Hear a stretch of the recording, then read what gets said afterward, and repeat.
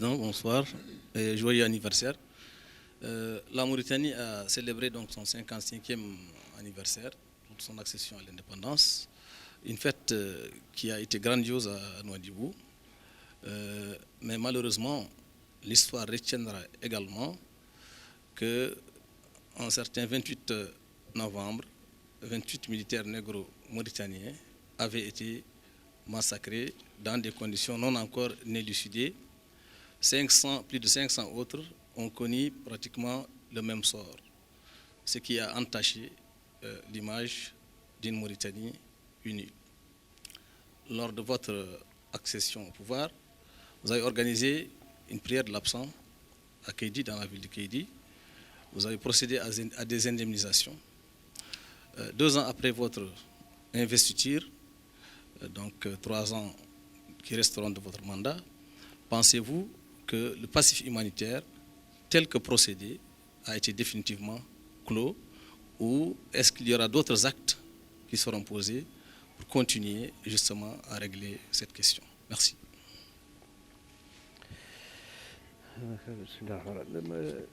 Effectivement, s'il n'y avait pas eu ces faits, on n'aurait pas procédé à la cérémonie de prière à Kédi. Et tout ce que nous avons fait, c'est vrai que je l'ai initié moi. Je l'ai initié parce que j'ai pris contact avec les organisations qui défendaient cette situation, des associations des droits de l'homme, des associations de victimes.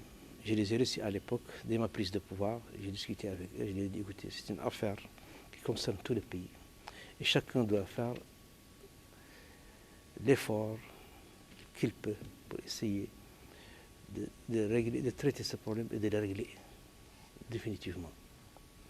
Je n'ai rien imposé. Je n'ai fait que des propositions. Je n'ai fait que des suggestions. Et ce sont ces associations.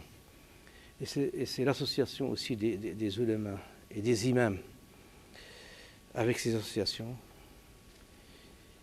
qui sont partis, qui ont fait ce travail et qui m'ont fait des propositions suivantes. C'est-à-dire qu'on devait passer par procéder à cette cérémonie, la cérémonie de Kédi, et qu'on devait approcher les familles des victimes.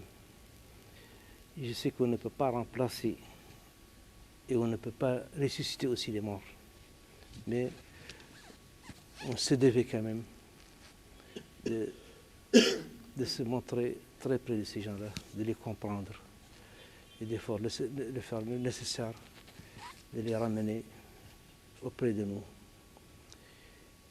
de les aider à oublier leur malheur. Et c'est ce que nous avons fait. Ils m'ont fait des propositions et tout ce que j'avais eu à faire venait essentiellement des familles des victimes. C'est vrai que malheureusement, c'est une situation, ça a été un drame pour le pays. Mais nous ne devons pas continuer chaque jour, chaque heure, chaque instant de le rappeler pour inciter. Donc je disais que nous, à l'époque, donc, on avait condamné. Et on avait fait tout pour essayer pour approcher ces populations, essentiellement les familles de ces victimes. Et tout ce que nous avons fait par le passé a été fait sur leur proposition et à leur demande.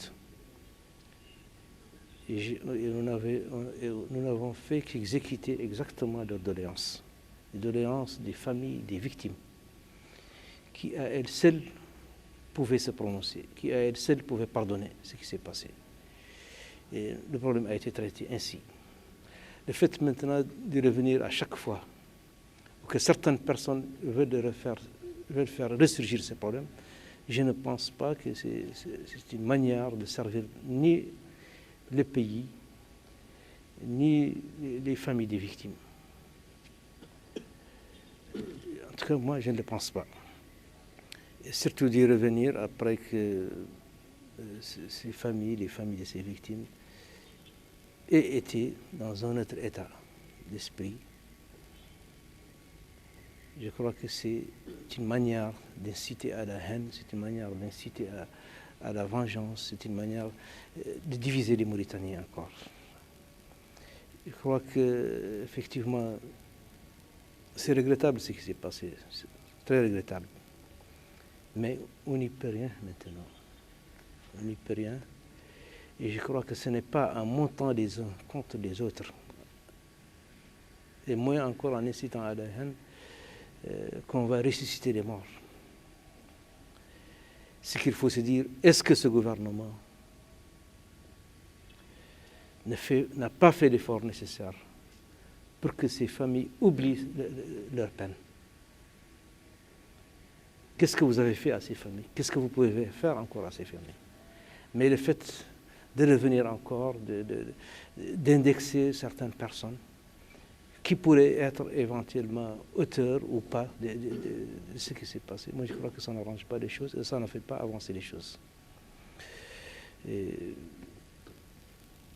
en tout cas, c'est ça mon appréhension des choses. Merci. Monsieur le Président, je voudrais un peu revenir sur la question de l'esclavage et de manière générale des droits de l'homme en Mauritanie. Le gouvernement semble être ces derniers temps satisfait du travail mené dans la lutte contre l'esclavage et ses séquelles. Comment peut-on dans ce cas comprendre l'incarcération jusqu'à présent des leaders du mouvement abolitionniste, donc Biram, Daoul Abeid et Brahim Bilal? Ça, c'est d'une part.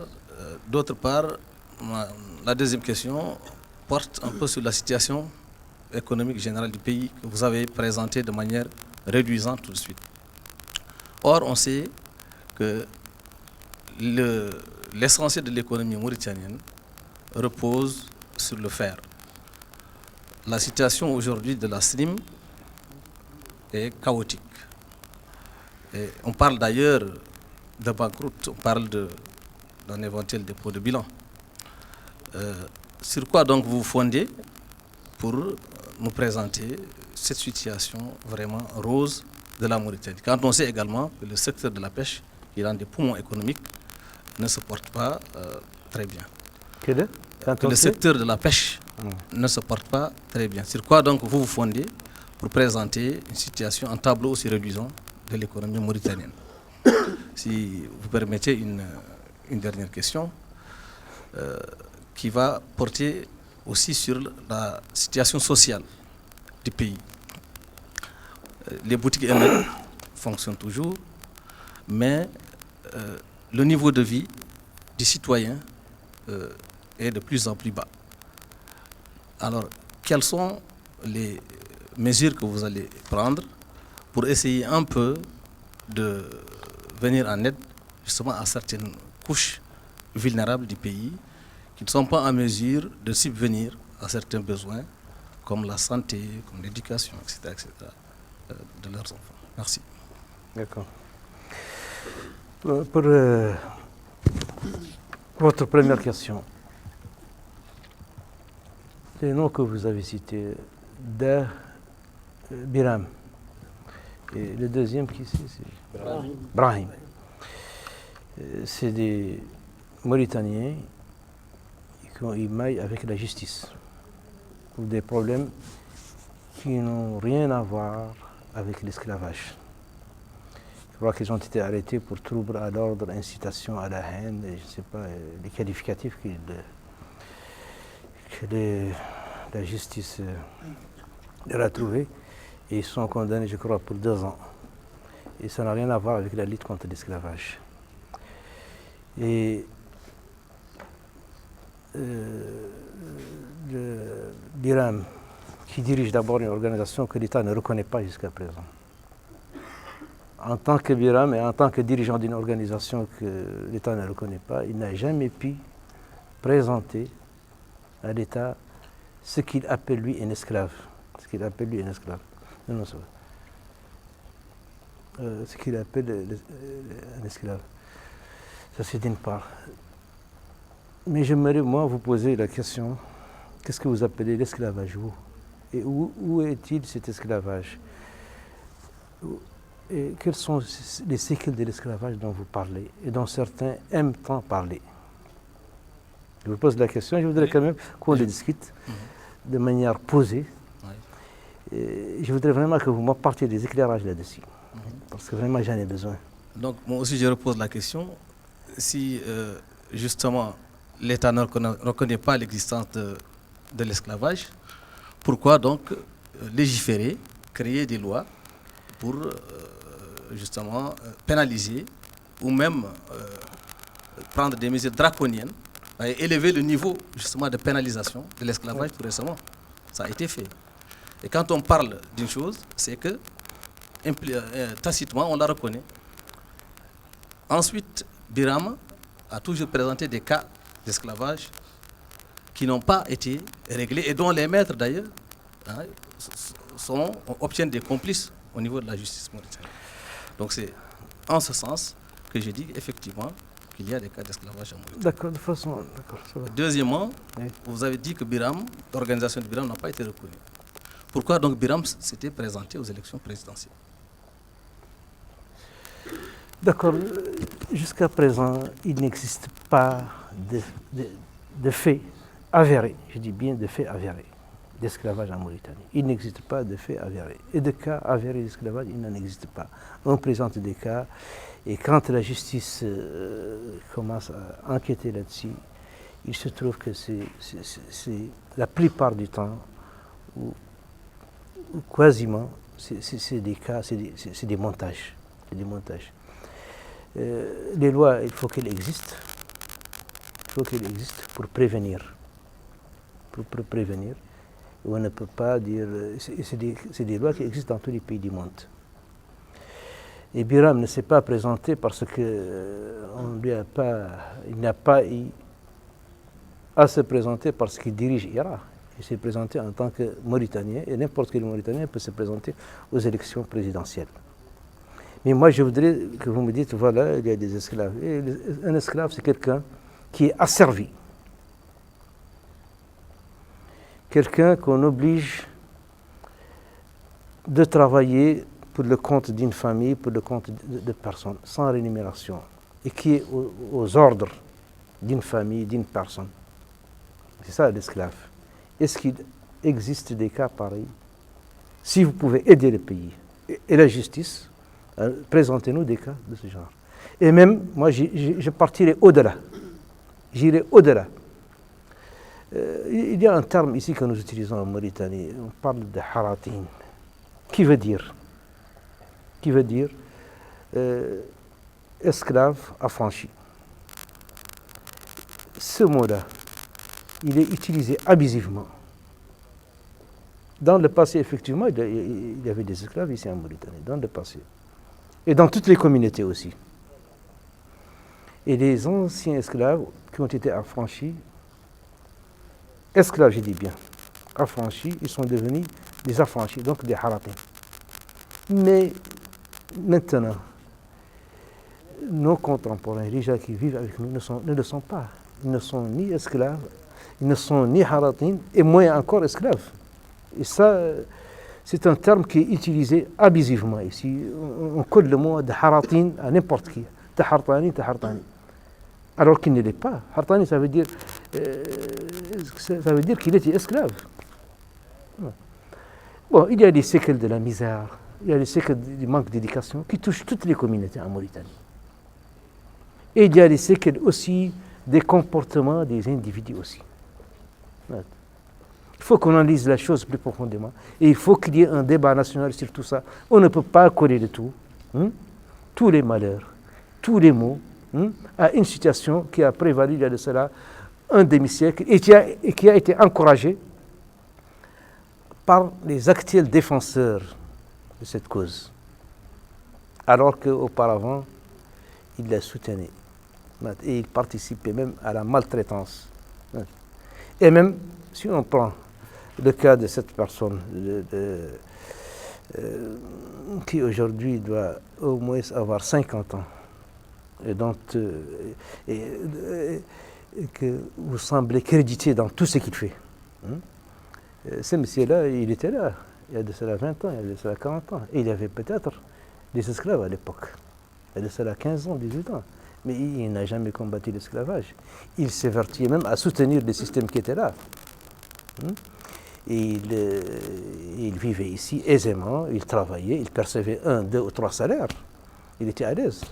Mais dès l'instant où il s'est trouvé dans une autre station, il a commencé à se trouver un moyen de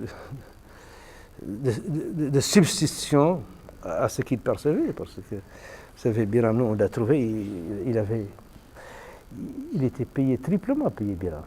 Ah bon? Oui, il était triplement. Il était greffier, payé en tant que greffier. Il était attaché auprès du cabinet du Premier ministre, qu'il avait soutenu à l'époque, les Zayn, ce qu'il m'a d'ailleurs proposé et que j'ai refusé par la suite. Et il était aussi conseiller à la Commission des droits de l'homme.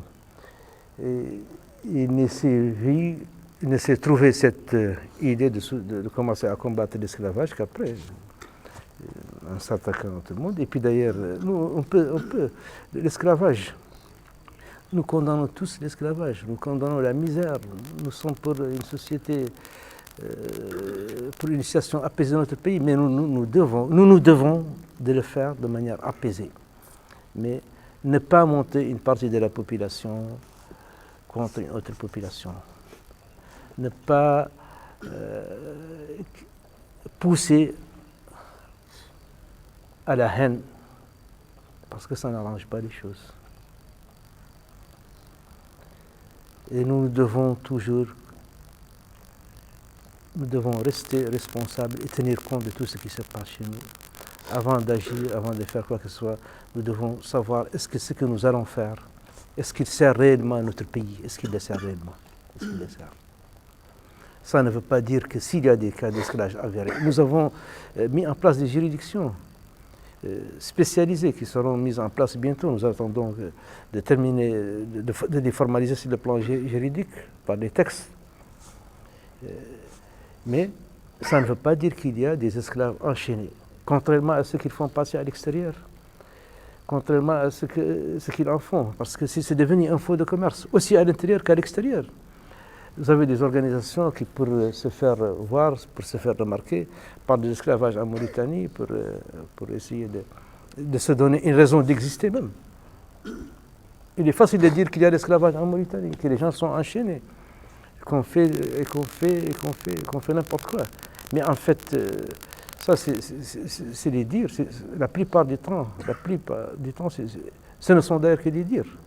Ce sont que des dires. Nous ne pouvons pas quand même condamner quelque chose ouvertement, parce que rien ne nous y oblige, et prendre tous les artifices juridiques nécessaires et par la suite fermer les yeux là-dessus. Sur 3 500 000 habitants, il n'y a qu'un seul, 1 ou 2 ou 3 bonhommes qui insultent la société, qui insultent la religion, qui insultent tout ce qui se fait dans ce pays, parce que c'est des gens qui veulent exister, qui veulent apparaître, qui veulent être bien perçus à l'extérieur. Mais on peut briller, on peut être décoré sans pour autant porter préjudice à son pays, ni à ses valeurs, ni à tout. Il n'est pas aussi ange. Ça c'est pour, je crois que vous avez aussi, pour la situation économique. Écoutez, la SNIM connaît des difficultés, mais ce n'est pas quelque chose que l'État a fait. On est passé de $147, le prix de la tonne, à $44. Comment voulez-vous que la SNIM puisse se trouver dans une bonne situation? Comment? Mathématiquement, scientifiquement, comment vous pouvez imaginer que la SNIM se trouve dans une excellente situation, en passant de $147 à $44? Mais si je dis que la situation du pays, la situation économique du pays est bonne, elle est. Parce que nous avons voté un budget qui n'a pas été déficitaire. Et c'est une prouesse pour un État. Le secteur de la pêche dont vous dites qu'il est dans une situation dramatique, non, il ne l'est pas. Parce que, au vu de la situation de la SNIM, on a axé l'effort sur le secteur de la pêche. Et on a comblé le déficit qu'on aurait dû avoir en devise. On a pu le combler à travers la pêche. Et le pays a fonctionné pendant 2 ans sans accord de pêche avec l'Union européenne. Moi, je voudrais bien que si vous avancez des arguments ou des idées, que vous puissiez les étayer par des faits. Parce que les faits sont là. La CNIM, effectivement, n'est pas dans une bonne situation, mais la CNIM a réduit de manière drastique, je dis bien de manière drastique, le coût de son fonctionnement pour accompagner les déficits et la chute de ces prix. Et là, vous pouvez vous renseigner auprès de la CNIM, ils vous diront on a réduit le chapitre tel, on a réduit le chapitre carburant, on a réduit le chapitre transport, on a diminué les heures supplémentaires, on mange moins, on boit moins, et ainsi de suite, jusqu'à ce qu'ils puissent accompagner et tenir. Il y a énormément de mines dans le monde qui ont fermé. Mais ce n'est pas le fait de la Mauritanie, parce qu'il est dirigé par Mohamed Abdelaziz et que c'est le PPR qui est au pouvoir, non? C'est une situation qui est exogène et à laquelle nous avons fait face en agissant sur le coût de production, sur les dépenses, sur tout ce qui pouvait être. Et c'est tout. Et je vous dis, et je le répète, que le pays est économiquement dans une très bonne situation. Si on n'avait pas cette situation de la CNIM, on serait dans d'excellentes situations. Et notre budget cette année est excédentaire. Le budget voté cette année ne sera pas dépensé entièrement. Oui. Et l'accord de pêche n'est même pas entré en compte. C'est-à-dire qu'il ne sera pas dépensé, parce qu'il n'est même pas encore entré. Nous sommes bientôt en décembre, il ne reste qu'un seul mois, et de toute façon, le versement sera effectué en fin décembre, mais le budget de l'État n'en a pas besoin. Et notre situation aussi de devises, nous sommes dans une situation confortable.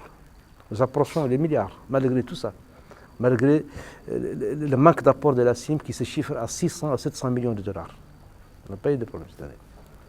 Mais nous avons effectivement tenu compte de tous ces faits-là et on a adapté nos moyens à notre train de vie.